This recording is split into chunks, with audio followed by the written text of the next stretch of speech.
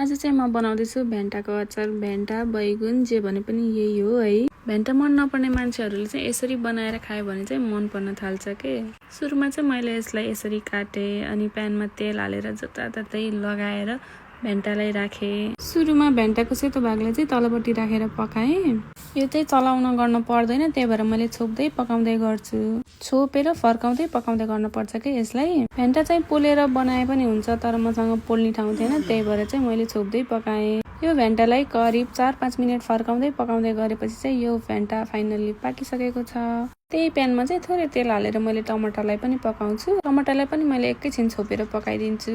हल्का पाक्न थालेपछि चाहिँ मैले थोरै लसुन काटेर पनि हालिदिन्छु। पाकिसकेको टमाटरलाई चाहिँ मैले भेन्टामा एड गरेँ। त्यसपछि चाहिँ मैले प्याज एड गरेँ, स्वाद अनुसार नुन मसला पनि एड गरेँ। मैले चाहिँ भाङ हालेको छु यसमा, तिल हाले पनि हुन्छ। अलिकति कागतीको रस हालेर तेलले झानिदिएँ।